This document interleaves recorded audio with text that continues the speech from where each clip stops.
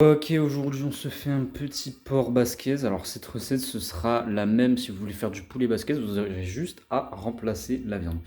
Mais donc aujourd'hui on fait du porc basquez, donc pour ceci vous aurez besoin de poivrons rouges émincés et épépinés, de tomates émincées, d'ail coupé en petits dés, et de oignons coupés en petits dés également, d'une belle tranche ici de porc ou de poulet selon ce que vous voulez. Et au niveau du petit scandale d'épices, on aura des herbes de Provence, de l'estragon et du piment d'Espelette. Donc là, vous mettez un peu de graisse. Ah oui, on aura aussi besoin, pardon, j'ai failli oublier, d'une petite dose thérapeutique de bouillon de volaille. Donc, vous mettez à chauffer voilà, de l'huile ou du beurre, selon si vous habitez en Bretagne ou en Provence. Et vous mettez en fait, une fois que c'est bien chaud, votre tranche de porc à dorer dans une cocotte en fonte. Et donc une fois que ce sera bien cuit, on va réserver cette tranche de porc et on va venir faire la sauce avec tous les ingrédients que je vous ai présentés précédemment. Que votre porc est bien doré, vous coupez le feu et vous venez le réserver. Voilà, tout simplement. Hop.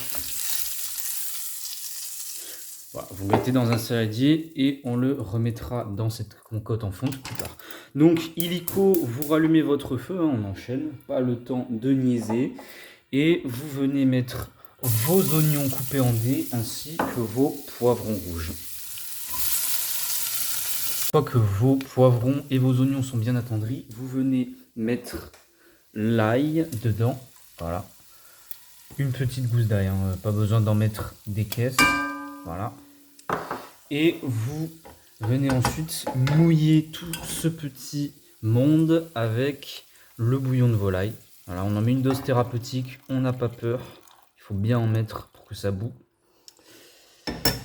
Et là, vous venez faire un petit geste, c'est-à-dire que vous venez gratter dans le fond tous les sucs laissés par la viande et vos légumes, donc vos oignons et vos poivrons, pour venir qui se mélangent à la sauce et que ça apporte vraiment tous les arômes de la viande et des légumes.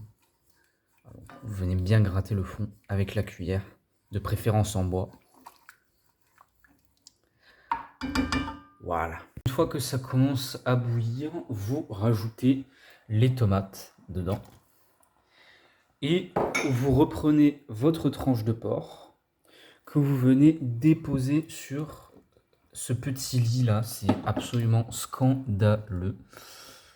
Voilà.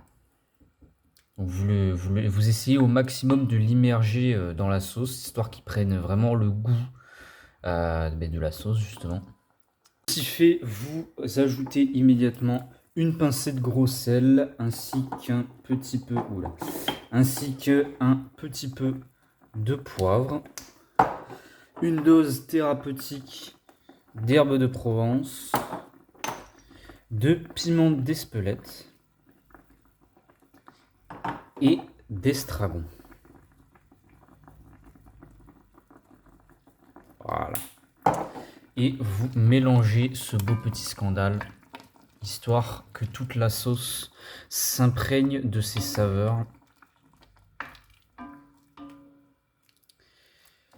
Et vous allez tout simplement laisser mijoter ça 25-30 minutes à peu près. Voilà, un petit peu plus, un petit peu moins.